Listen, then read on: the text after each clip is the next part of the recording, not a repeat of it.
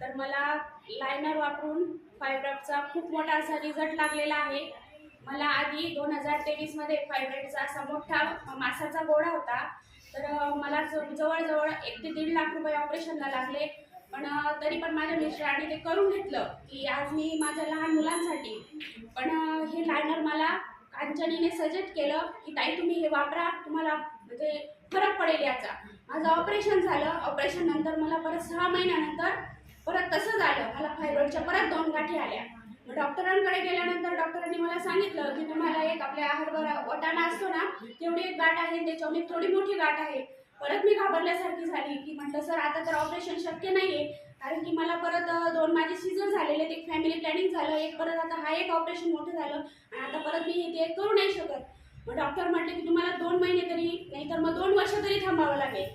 तर मी 2 वर्ष म्हटलं सर मी कसं काय काढणार, कारण की मला सकाळी उठल्यावर मळमळ व्हायची, परत युरिनचा त्रास व्हायचा, असं खोकल्यावर पण तरी पण युरिन मला लगेच होऊन जायचं।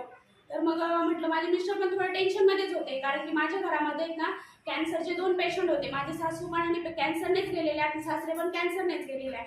त्याच्यामुळे मला असं वाटत होतं की तो प्रॉब्लेम माझ्यात तर नाही आहे, माझं वय आता रनिंग मला तीच चालू आहे। तर मिस्टरांनी मला थोडा धीर दिला की नको तू घाबरू, आहे ना मी आहे की मी तुला जेवढं तुला खर्च लागेल। माझ्या मिस्टरांनी खूप मोठे मोठे दवाखाने केले, पण नेमकं असं झालं की मी हे लायनर वापरलं आणि हे लायनर वापरून याच्यामध्ये मला तिने सांगितलं की ताई फक्त 18 पॅड आहे, तुम्हाला जर याचा फरक 10 ते 15 दिवसातच पडेल, तुम्ही वापरून बघा। म्हटलं ठीक आहे, वापरायला काय हरकत आहे। 175 मी माझ्या मिस्टरांनी जर एवढा 1-1.5 लाख रुपये खर्च केला आहे तर 175ला काय हरकत आहे। मी पैशांकडे बघितलं नाही आणि घेतलं। तर मला 11व्या दिवशीमध्ये माझी फायब्रॉइडची छोटी वाटाण्यासारखी जी गाठ होती ती अक्षरशः पडली। मला खूप असा आनंद झाला। खूप धन्यवाद, कांचन सोनवलेला पण खूप धन्यवाद मानते। आणि माझा जेवढा यांना मला सांगता येईल की खरंच तुम्हाला जर कोणाकडे हा फायब्रॉइडचा जर त्रास असेल, तुमच्यामुळे फॅमिलीचा जर असं म्हणजे हे होत असेल की नाही या स्त्रीमुळे पूर्ण फॅमिली हे व्हायला पाहिजे, तर खरंच त्यांना सांगा आणि माझा हा फीडबॅक सगळीकडे शेअर करा। धन्यवाद।